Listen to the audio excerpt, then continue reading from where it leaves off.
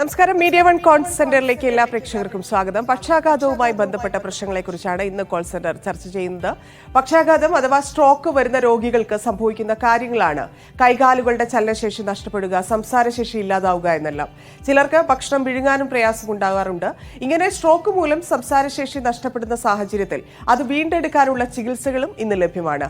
അത് ഏത് രീതിയിലാണ് എന്നെല്ലാം വിശദമാക്കാൻ ഇന്ന് അരീക്കോട് ആസ്റ്റർ മദർ ഹോസ്പിറ്റലിലെ speech language pathologist Ann Liz അബിയാണ് നമ്മളോടൊപ്പം ഉള്ളത്. ഇതുമായി ബന്ധപ്പെട്ട പ്രേക്ഷകരുടെ സംശയങ്ങൾക്ക് താഴെ കാണുന്ന നമ്പറിൽ ഇപ്പോൾ മുതൽ വിളിച്ചു ചോദിക്കാം. നമസ്കാരം. ഇത് എങ്ങനെയാണ് സ്ട്രോക്ക് സംസാരശേഷിയെ ബാധിക്കുന്നത്? എങ്ങനെയാണ് അതിന്റെ ചികിത്സ? ആരാണ് ചികിത്സിക്കുന്നത്? അപ്പോൾ സ്ട്രോക്ക് എന്ന് പറയുമ്പോൾ നമുക്ക് സെൽ ഡാമേജ് ആണ് ഉണ്ടാവുന്നത്. ഒന്നില്ലെങ്കിൽ ക്ലോട്ട് ആയതിൻ്റെ ഭാഗമായിട്ട് സെൽ ഡാമേജ് ഉണ്ടാവാം, അല്ലെങ്കിൽ അങ്ങോട്ട് ഓക്സിജൻ എത്താണ്ട് സെൽ ഡാമേജ്, സെൽ ഡെത്ത് വരെ സംഭവിക്കാവുന്ന സിറ്റുവേഷൻ ഉണ്ടാവും. അപ്പോൾ നമുക്ക് സെൽ ഡാമേജ് ഉണ്ടാകുമ്പോൾ ഏത് ഏരിയയിലാണ് ഈ സെൽ ഡാമേജ് വന്നത് എന്നുള്ളതിനനുസരിച്ചിട്ടായിരിക്കും സംസാരം എഫക്റ്റഡ് ആവുമോ എന്നുള്ളതൊക്കെ നമുക്ക് അറിയാൻ പറ്റുന്നുണ്ടാവുക. Frontal lobe, cerebellum, brain stem ഇങ്ങനെയുള്ള ഏരിയകൾ, മോട്ടോകോർട്ടെക്സ് ഇങ്ങനെയുള്ള ഏരിയകളിലൊക്കെ എഫക്റ്റഡ് ആവുമ്പോൾ സംസാരം എഫക്റ്റഡ് ആവാം, ഭാഷ എഫക്റ്റഡ് ആവാം, എഫേസിയ എന്ന് പറയുന്ന കണ്ടീഷൻ ഉണ്ടാവാം, dysarthria, apraxia of speech, communication disorders, cognitive communication disorders, dysphagia ഇങ്ങനെയുള്ള കണ്ടീഷൻസ് ഒക്കെ ഉണ്ടാവാനായിട്ടുള്ള ചാൻസ് ഉണ്ട്. അപ്പോൾ നമുക്ക് ഡിസ്ഫേജിയ എന്നുള്ളൊരു കണ്ടീഷൻ കുറച്ചും കൂടി ആൾക്കാർ എന്താ പറയുക നെഗ്ലക്റ്റഡ് ആയിട്ട് കാണുന്ന പോലെ തോന്നിയിട്ടുണ്ടെന്ന് വെച്ചിട്ടുണ്ടെങ്കിൽ, കൂടുതൽ പേരെന്ന് വെച്ചിട്ടുണ്ടെങ്കിൽ നമുക്ക് സംസാരിക്കാൻ ഉപയോഗിക്കുന്ന അതേ അവയവങ്ങൾ തന്നെയാണ് നമ്മൾ ഭക്ഷണം കഴിക്കാൻ ഉപയോഗിക്കുന്നത്. ചുണ്ട്, നാക്ക്, പല്ല്, തൊണ്ട, ബ്രീത്തിങ് ഇതെല്ലാം എഫക്റ്റഡ് ആകുമ്പോൾ സംസാരം എഫക്റ്റഡ് ആവുന്ന പേഷ്യൻസിൽ ഒരു 80% പേഷ്യൻസ് എങ്കിലും നമ്മൾ ട്യൂബ് ഇട്ടും വയറ്റിൽ കൂടെ ഡയറക്റ്റ് ട്യൂബ് ഇട്ടും ഭക്ഷണം കൊടുത്തിട്ടൊക്കെ നമ്മൾ കണ്ടിട്ടുണ്ടല്ലോ. അപ്പോൾ ഇതിനെയാണ് ഡിസ്ഫേജിയ. വിഴുങ്ങാൻ ബുദ്ധിമുട്ടുള്ളതിനെ നമുക്ക് ഡിസ്ഫേജിയ എന്ന് പറയാം. അപ്പോൾ ഡിസ്ഫേജിയ ഓൾമോസ്റ്റ് നെഗ്ലക്റ്റഡ് ആയിട്ട് നമുക്ക് തോന്നാറുണ്ട്. അപ്പോൾ സംസാരം മാത്രമല്ല, പക്ഷാഘാതത്തിന് ശേഷം സംസാരവും ഭക്ഷണം കഴിക്കുന്നതും എഫക്റ്റഡ് ആയിട്ട് നമുക്ക് കാണാനായിട്ട് സാധിക്കും. ഇതിൽ തെറാപ്പികൾ എന്തൊക്കെയാണ്? Speech and സ്വോളോ therapy. നമുക്ക് തെറപ്പി എന്ന് പറയുമ്പോൾ speech and സ്വോളോ therapy, speech language and സ്വോളോ therapy എന്നുള്ള രീതിയിൽ നമുക്ക് പറയാം. സംസാരം, ഭാഷ, ഭക്ഷണം കഴിക്കുന്നതിലുള്ള ബുദ്ധിമുട്ട്. അപ്പോൾ നമ്മൾ ഇതിൻ്റെ അകത്ത് നമ്മൾ എന്ത് ഉദ്ദേശിക്കുന്നതെന്ന് വെച്ചിട്ടുണ്ടെങ്കിൽ നമുക്കൊരു ടാസ്ക് ചെയ്യാൻ പറ്റുന്നില്ല. ഓൾമോസ്റ്റ് എല്ലാ ആൾക്കാരും റൈറ്റ് ഹാൻഡഡ് ആണ്. അവരുടെ ഡോമിനൻ്റ് ആയിട്ടുള്ള ഹെമിസ്ഫിയർ എന്ന് പറയുമ്പോൾ ലെഫ്റ്റ് ആയിരിക്കും അവരുടെ ഡോമിനൻ്റ് ഹെമിസ്ഫിയർ എന്ന് പറയുന്നത്. അപ്പോൾ ഒബ്വിയസ്ലി നമുക്കൊരു ലെഫ്റ്റ് സ്ട്രോക്ക് വന്നിട്ടുണ്ടെങ്കിൽ സംസാരിക്കാനുള്ള ബുദ്ധിമുട്ടുകളും കാര്യങ്ങളൊക്കെ ഉണ്ടാവും. അതുപോലെ തന്നെ നമുക്ക് ബ്രഷിങ്ങും അങ്ങനെയുള്ള കാര്യങ്ങളൊക്കെ നമ്മൾ ഈ പറഞ്ഞ റൈറ്റ് ഹാൻഡ് കൊണ്ടായിരിക്കും ചെയ്യുന്നുണ്ടാവുക. അപ്പോൾ നമ്മൾ തന്നെ ഒന്ന് ട്രൈ ചെയ്താൽ മതി. ലെഫ്റ്റ് ഹാൻഡ് കൊണ്ട് ട്രൈ ചെയ്തിട്ടുണ്ടെങ്കിൽ നമുക്ക് സാധിക്കില്ല. പക്ഷെ നമ്മൾ അതൊന്ന് ട്രൈ ചെയ്യുക, റൈറ്റിംഗ് ഒന്ന് ട്രൈ ചെയ്യുക, ബ്രഷിങ്, ഡെയിലി ആക്ടിവിറ്റീസ് ഒന്ന് ലെഫ്റ്റ് ഹാൻഡ് കൊണ്ട് ട്രൈ ചെയ്തിട്ടുണ്ടെങ്കിൽ പൊതുവേ കണ്ടുവന്നിട്ടുള്ളത് നമുക്ക് ചെയ്യാനായിട്ട് പറ്റും. ഒരു മാസം 2 മാസമൊക്കെ കഴിയുമ്പോൾ നമുക്ക് ബെറ്റർ ആയിട്ട് ചെയ്യാൻ പറ്റും. ആ ഒരു ഫിനോമിനയാണ് ന്യൂറോ പ്ലാസ്റ്റിസിറ്റി എന്ന് പറയുന്നത്. നമുക്ക് ലൈഫ് ലോങ് ഉള്ളൊരു സംഭവമാണ് ന്യൂറോ പ്ലാസ്റ്റിസിറ്റി. നമ്മുടെ ന്യൂറോൺസ് പുതിയ പാത്വേസ് ഉണ്ടാക്കും.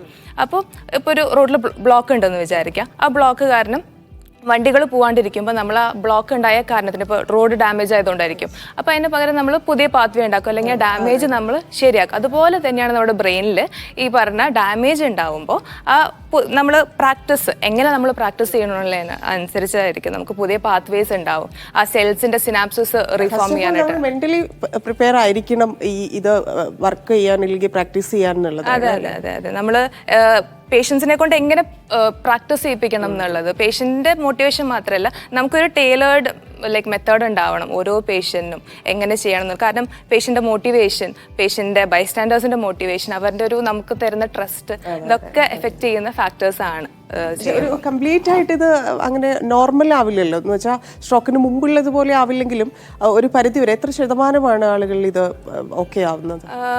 സ്ട്രോക്കിന് ശേഷം നമുക്ക് ഈ പറയുകയാണെങ്കിൽ എല്ലാ പേഷ്യൻസിനും നമുക്ക് ഈ പറഞ്ഞ സ്പീച്ച് ആൻഡ് സ്വോളോ തെറപ്പി കിട്ടാറില്ല. പക്ഷേ എല്ലാ പേഷ്യൻസും സ്ട്രോക്കിന് ശേഷം മിണ്ടാതിരിക്കുന്നതും കണ്ടിട്ടില്ല.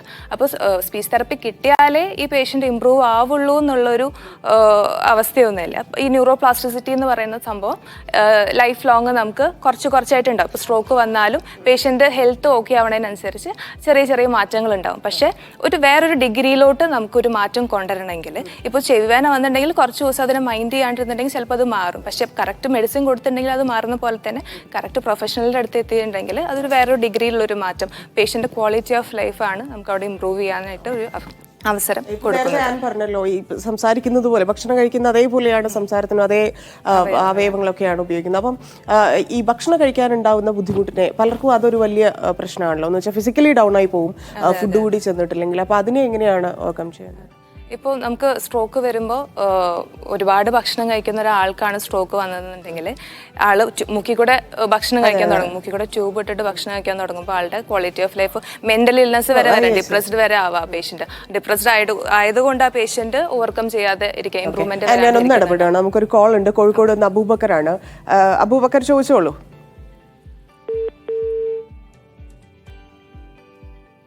അബൂബക്കറിന്റെ കോൾ കട്ടായി, തുറന്നോളാം. അപ്പോൾ മെന്റലി നമുക്ക് ഇൽനെസ് വരാൻ വരെ, കാരണം ഭക്ഷണം കഴിച്ചുകൊണ്ടിരുന്ന ആൾക്ക് പെട്ടെന്ന് വായിക്കോടെ ഭക്ഷണം കഴിക്കാണ്ടാവുമ്പോൾ അത് എഫക്റ്റഡ് ആവാനായിട്ടുള്ള ചാൻസ് കൂടുതലാണ്. അപ്പം പല രീതിയിൽ ഈ പറഞ്ഞ ഡിസ്ഫേജിയ എന്ന് പറഞ്ഞ കണ്ടീഷൻ വരാം. എന്ന് വെച്ചിട്ടുണ്ടെങ്കിൽ നമുക്ക് ഈ പറഞ്ഞ അവയവങ്ങളുടെ വീക്ക്നെസ് കാരണം, ചുണ്ട്, നാക്ക്, പല്ല്, കവിള്, തൊണ്ട, ബ്രീത്തിങ്, ഇതിൻ്റെയൊക്കെ ഒരു വീക്ക്നെസ് കാരണം ഉണ്ടാവുന്ന പ്രശ്നങ്ങളിൽ നമുക്ക് ഓറൽ ഡിസ്ഫേജിയ എന്ന് പറയാം. ഈ വായയിൽ നിന്ന് നമുക്ക് ഭക്ഷണം താഴോട്ട് ഇറക്കാൻ പറ്റുന്നില്ല. അതിനുശേഷം നമുക്ക് തൊണ്ടയിലെത്തുമ്പോൾ തൊണ്ടയിൽ കൂടെ നമുക്ക് അന്നനാളത്തിലോട്ടാണ് നമുക്ക് ഭക്ഷണം പോകേണ്ടത്. അതിന് പകരം എയർവേയിലോട്ട് ഭക്ഷണം പോവുകയാണെങ്കിൽ അതിന് ആസ്പിറേഷൻ എന്ന് പറയുന്ന കണ്ടീഷൻ ആയിട്ടാണ് നമ്മൾ പറയുന്നത്. അപ്പൊ ആസ്പിറേഷൻ ഓരോ പേഷ്യന്റിലും അത് വ്യത്യസ്തമായിരിക്കും. അപ്പൊ നമുക്ക് എന്ത് കണ്ടീഷൻ, എന്ത് കാരണം കൊണ്ടാണ് പേഷ്യന്റിന് സേഫ് ആയിട്ട് ഭക്ഷണം ഇറക്കാൻ പറ്റാത്തതെന്ന് നമ്മൾ ഐഡന്റിഫൈ ചെയ്യണം. നമ്മൾ ഒരു അസസ്മെന്റ് എടുക്കണം. ഡയറക്റ്റ് നമ്മൾ തെറപ്പിയിലോട്ടല്ല നമ്മൾ കടക്കുന്നുണ്ടാവും. പേഷ്യന്റിന് എന്തുകൊണ്ട് ഈ ബുദ്ധിമുട്ട് വരുന്നുണ്ട് എന്നുള്ളത് നമുക്ക് ഐഡന്റിഫൈ ചെയ്യാൻ പറ്റുകയാണെങ്കിൽ എളുപ്പമായിരിക്കും എങ്ങനെയാണ് തെറപ്പി കൊടുക്കേണ്ടത് എന്നുള്ളത് അറിയാൻ. നമുക്ക് അതിൽ തന്നെ ഒന്നുകൂടെ കുറച്ച് സംശയം കൂടെ ഉണ്ട്. ഒരു കോൾ ഉണ്ട്, നേരത്തെ വിളിച്ച അബൂബക്കർ തന്നെയാണ്. അബൂബക്കർ ചോദിച്ചോളൂ സംശയം. ഹലോ, ചോദിച്ചോളൂ, സംശയം ചോദിച്ചോളൂ. അബൂബക്കർ കേൾക്കാമോ? കേൾക്കാം സാർ. സാറേ, പറഞ്ഞോളൂ. ഞാൻ 10 വർഷം എനിക്ക് ഈ പക്ഷാഘാതം വന്നിട്ട് ഇപ്പോ 10 വർഷത്തോളമായി. അതിപ്പോ ഒരു ഭാഗം സൈഡ് കൈയും കാലും സ്വാധീനം കുറവാ, ഇടത് ഭാഗം. ആണിപ്പോ ഇപ്പൊ ഈ കാലിന്, ആ ഇടത് ഭാഗത്തെ കാൽമേൽ വല്ലാണ്ട് നീര് വരുന്നുണ്ട്. അതെന്താണ് സാറേ?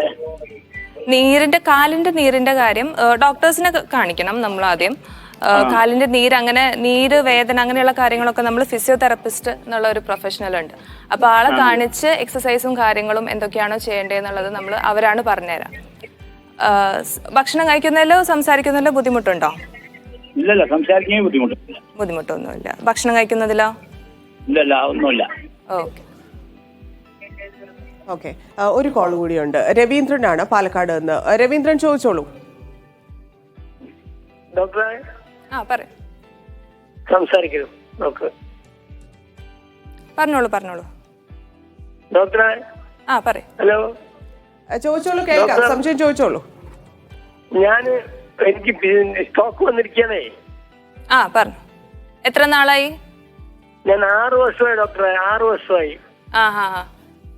എന്താ ബുദ്ധിമുട്ട്? എനിക്ക് ഇടത് ഭാഗമാണ്, ഒരു കൈയും വരുന്നില്ല, കാലും വരുന്നില്ല. 6 വർഷമായി. 6 വർഷമായി അല്ലേ? എന്തെങ്കിലും ട്രീറ്റ്മെന്റ് എടുത്തായിരുന്നോ? ട്രീറ്റ്മെന്റ് എടുത്തിരുന്നു. ഞാൻ അമല ഹോസ്പിറ്റലിൽ ട്രീറ്റ്മെന്റ് എടുത്തത്. അമല അറിയാം. ഞാനിപ്പോ എനിക്ക് മാറി കിട്ടും. ഞാൻ എപ്പോഴും ഒരു സൈഡ് തീരെ വരുന്നില്ല. ഫിസിയോതെറപ്പിസ്റ്റിനെ കണ്ടിട്ടുണ്ടോ? മനസ്സിലായി. ഫിസിയോതെറപ്പിസ്റ്റിനെ കണ്ടിട്ടുണ്ടോ? അപ്പോൾ നമ്മൾ ഫിസിയോതെറപ്പിസ്റ്റിനെയാണ് ഈ കൈയിന്റെയും കാലിന്റെയും വീക്ക്നെസ്സും കാര്യങ്ങളൊക്കെ നമ്മൾ ഫിസിയോതെറപ്പിസ്റ്റിനെ കണ്ടാലാണ് നമുക്ക് അതിനുള്ള ഒരു സൊല്യൂഷൻ. പൂർണ്ണമായി മാറി കിട്ടാന്ന് വെച്ചിട്ടുണ്ടെങ്കിൽ നിങ്ങൾക്ക് എന്താ പറയാ, എത്രത്തോളം ഡിഗ്രിയിൽ ഫസ്റ്റ് 6 മാസം ഈ പറഞ്ഞ തെറപ്പി എടുത്തിട്ടുണ്ടോ? സ്ട്രോക്ക് വന്നതിന് ശേഷമുള്ള ഒരു 6 മാസത്തോളം തെറപ്പി എടുത്തിട്ടുണ്ട്. അപ്പൊ നമുക്ക് അപ്പൊ നമുക്ക് എന്താ പറയാ, ഈ എത്രത്തോളം മാറ്റങ്ങൾ ആ ഒരു സമയത്ത് വന്നിട്ടുണ്ടോ, കുറെ ലിമിറ്റേഷൻസ് ഉണ്ടാവും. നമ്മൾ ആ സമയത്ത് എത്രത്തോളം ഡിഗ്രിയില്, പിന്നെ ഈ സ്ട്രോക്ക് വന്നതിന്റെ ആഘാതം എത്രത്തോളം ഉണ്ട് എന്നുള്ളതിനനുസരിച്ചിട്ടായിരിക്കും നമുക്കൊരു ഇമ്പ്രൂവ്മെന്റ് ഉണ്ടാവും. ഓക്കെ. എക്സസൈസ് ചെയ്യുന്നതിനനുസരിച്ച് ടെക്നിക്സും കാര്യങ്ങളൊക്കെ ഉപയോഗിക്കാനും ഫിസിയോതെറാപ്പിസ്റ്റ് പറഞ്ഞു തന്നിട്ടുണ്ടാവും.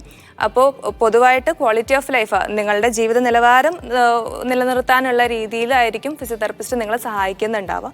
പൂർണ്ണമായിട്ട് മാറുമോ എന്നുള്ളത് നിങ്ങളെ കാണുന്ന ഫിസിയോതെറാപ്പിസ്റ്റിൻ്റെ അടുത്തായിരിക്കും നമുക്ക് കുറച്ചുകൂടി ഉചിതമായിട്ടുള്ള മറുപടി കിട്ടാനായിട്ട് സാധ്യത. ഓക്കെ. ആൻഡ് ഇത് ഒരുപാട് പേർക്ക് ഇതെല്ലാം ഒരു ട്രീറ്റ്മെന്റ് ഇല്ലെങ്കിൽ ഇങ്ങനെ ഒരു തെറാപ്പി എന്നതിനെ കുറിച്ചൊന്നും പലർക്കും അറിയില്ല. അപ്പോൾ അത് കുറച്ചുകൂടി ആളുകളെ ബോധവൽക്കരിക്കേണ്ട ഒരു കാര്യം കൂടിയാണ്. നമുക്ക് അതിലേക്ക് വിശദമായിട്ട് വരാം. ചെറിയ കോൾ സെന്ററിലേക്ക് വീണ്ടും സ്വാഗതം. ആൻഡ് നമ്മൾ ഇത് ബുദ്ധിമുട്ടുകൾ പൂർണ്ണമായി മാറുമോ എന്നുള്ളതാണ്. സ്ട്രോക്ക് വന്നു കഴിഞ്ഞ ആളുകൾ പല രീതിയിൽ പല ബുദ്ധിമുട്ടുകളാണല്ലോ.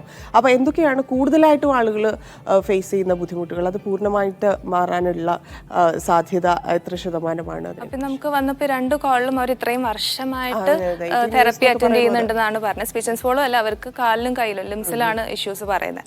അപ്പോൾ ഈ മാറ്റത്തിന്, ഈ ഒരു ഇമ്പ്രൂവ്മെന്റിന് എഫക്റ്റ് ചെയ്യുന്ന ഒരുപാട് ഫാക്ടേഴ്സ് ഉണ്ട്. ആളുടെ വയസ്സ്, എത്ര വയസ്സിലാണ് ഈ സംഭവം ഉണ്ടായിട്ടുള്ളത് എന്നുള്ളത്, പിന്നെ എത്ര ഇൻറ്റൻസിറ്റിയിലാണ് ആ ലീഷൻ, ആ ഒരു സ്ട്രോക്കിൻ്റെ ആഘാതം എത്രത്തോളാണെന്നുള്ളത്, പിന്നെ എൻവയൺമെൻറ്റൽ, ആൾ ജീവിക്കുന്ന സാഹചര്യം, പോസിറ്റീവായിട്ടുള്ളൊരു സാഹചര്യത്തിലാണോ ആൾ ജീവിക്കുന്നത് എന്നുള്ളത്, പിന്നെ സൈക്കോളജിക്കലായിട്ട് ആൾക്ക് മെൻ്റലി വേറെ എന്തെങ്കിലും പ്രശ്നങ്ങൾ ഇതിന് മുന്നേ ഡിപ്രഷനായിട്ടോ അല്ലെങ്കിൽ വേറെ എന്തെങ്കിലും മാനസികമായിട്ടുള്ള ബുദ്ധിമുട്ടുകൾ മുന്നുണ്ടായിട്ടുണ്ടെങ്കിൽ അത് ട്രീറ്റ്മെൻറ്റ് ഒബ്വിയസ്ലി നമുക്ക് ബാധിക്കുന്ന കാര്യമാണ്. പിന്നെ ജനറൽ ആയിട്ടുള്ള ഫിസിക്കൽ ഹെൽത്ത്, മുന്നേ ഇതേപോലെ പ്രഷർ, ഷുഗർ അങ്ങനെയുള്ള ഒരു പേഷ്യൻ്റ് ആയിരുന്നെങ്കിൽ ഇതൊക്കെ ഫാക്ടേഴ്സാണ്, ഹിൻഡർ ചെയ്യുന്ന ഫാക്ടേഴ്സാണ് ഡെവലപ്മെൻറ്റിന്. അപ്പോൾ നമുക്ക് ഇന്നൊരു കാരണം എന്ന് പറഞ്ഞിട്ട് നമുക്ക് പറയാൻ പറ്റില്ല. പക്ഷേ ഇത്രയും ഫാക്ടേഴ്സ് ഒരു നോർമൽ ഇതിലോട്ട് വരുമോ എന്നുള്ളത് ചോദിക്കുമ്പോൾ ഇതൊക്കെ ഫാക്ടേഴ്സ് എഫക്റ്റ് ചെയ്യുന്നതാണ്. ഒരു കോൾ കൂടിയുണ്ട്. കാഞ്ചനയാണ് കോട്ടയത്ത് നിന്ന്. കാഞ്ചന ചോദിച്ചോളൂ സംശയം.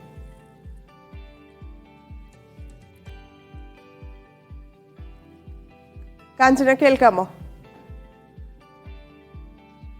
ഓക്കെ, ആ കോൾ കട്ടായിട്ടുണ്ട്. അപ്പം ഇത് ഞാൻ നേരത്തെ ബ്രേക്കിന് മുമ്പ് പറഞ്ഞതുപോലെ പലർക്കും ഇതിനെക്കുറിച്ച്, ഇങ്ങനത്തെ തെറാപ്പികളെ കുറിച്ച് അറിയില്ല. അപ്പോൾ സ്ട്രോക്ക് വരുന്നു, ചികിത്സിക്കുന്നു. ചില ആളുകൾ കിടപ്പിലായിരിക്കും, ലൈഫ് ലോങ് കിടക്കുന്ന ആൾക്കാരുണ്ട്. പക്ഷെ കുറച്ച് ആൾക്കാർക്ക് ഓക്കെ, ആ കോൾ വീണ്ടും വന്നിട്ടുണ്ട്. കാഞ്ചന സംശയം ചോദിച്ചോളൂ.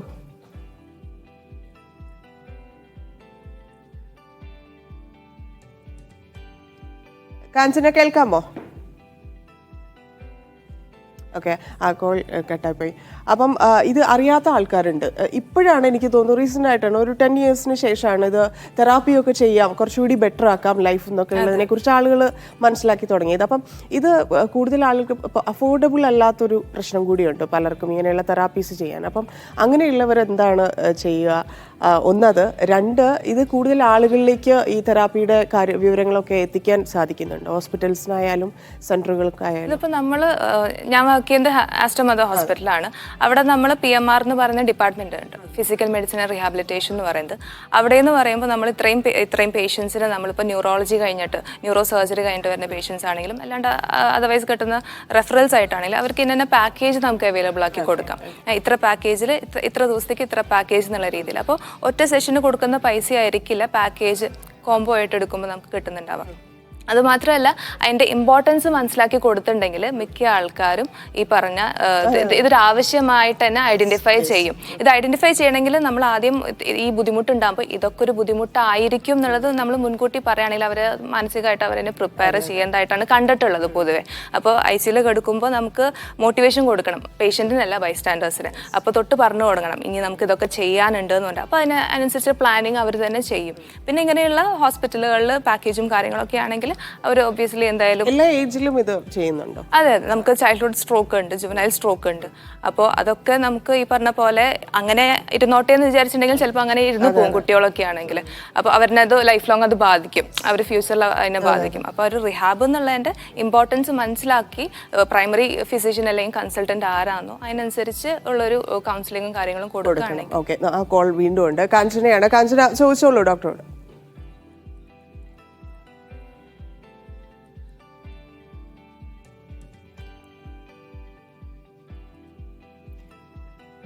മറ്റൊരു കോളിലേക്ക് റഫീഖാണ്, കോഴിക്കോട് നിന്ന്. റഫീഖ് സംശയം ചോദിച്ചോളൂ.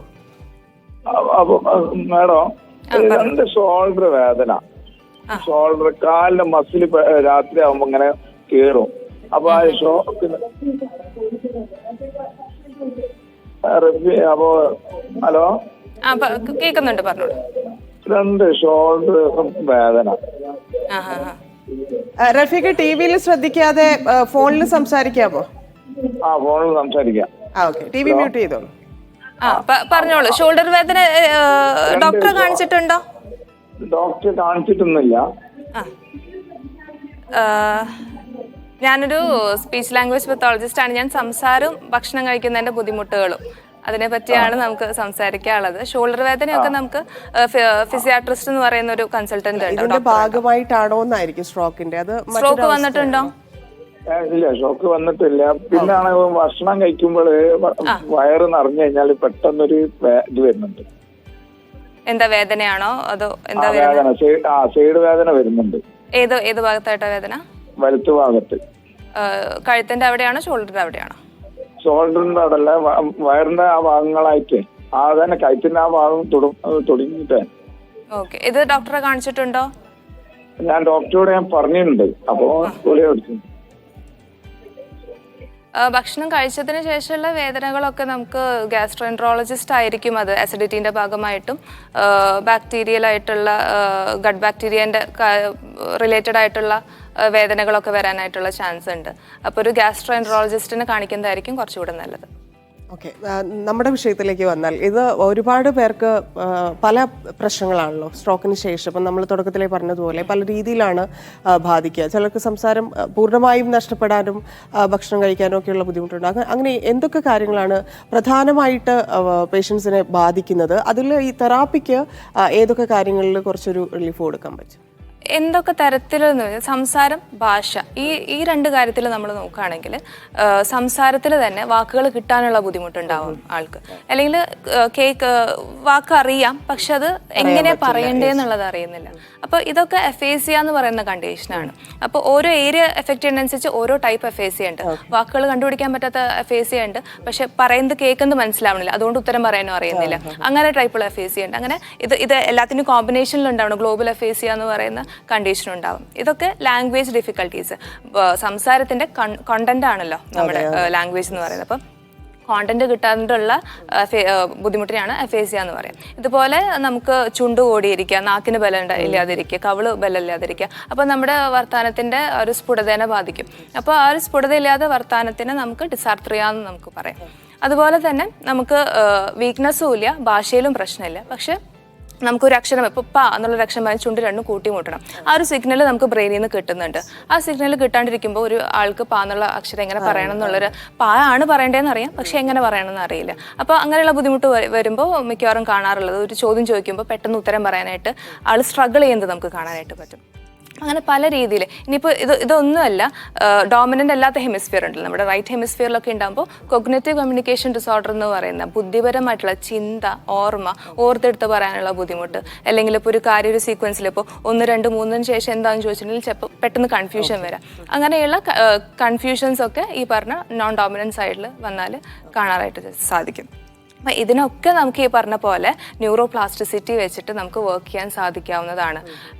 ന്യൂറോപ്ലാസ്റ്റിസിറ്റീൻ്റെ ഒരു ഇത് വെച്ചിട്ടുണ്ടെങ്കിൽ ഇൻറ്റൻസിറ്റി എത്രയാണോ നമ്മൾ കൊടുക്കുന്നത് അതിനനുസരിച്ച് മാറ്റങ്ങൾ നമുക്ക് കാണാനായിട്ട് സാധിക്കും. പക്ഷേ ഫാക്ടേഴ്സ്, ഈ ഗോൾഡൻ പീരീഡ് ഉണ്ട്, സ്ട്രോക്ക് കഴിഞ്ഞതിന് ശേഷം ഒരു 6 മാസത്തോളം ഇൻറ്റൻസ് ആയിട്ട് എത്രത്തോളം റിഹാബ് കിട്ടുന്നോ അതിനെ ബേസ് ചെയ്തിട്ടിരിക്കും എപ്പോഴും അടുത്ത വർഷങ്ങളിലെ മാറ്റം.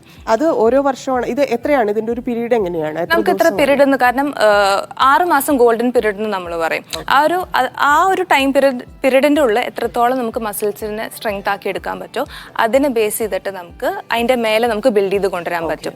അത് നമുക്ക് എത്ര നാൾ തെറപ്പി എടുക്കുന്നോ അത്രയും നല്ലതാണ്.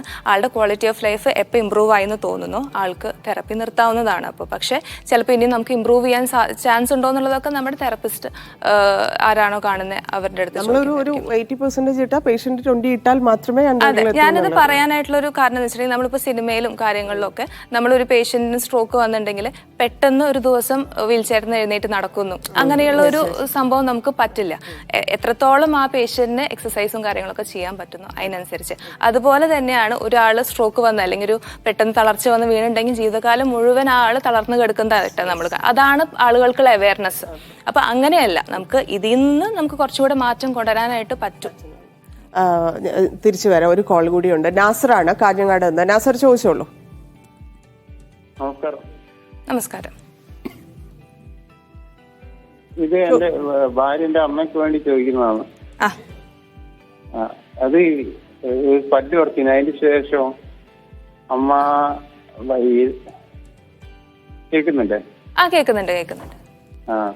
അമ്മക്ക് ഭക്ഷണം കഴിക്കാൻ കഴിയുന്നില്ല, സംസാരശേഷി നഷ്ടപ്പെട്ടു.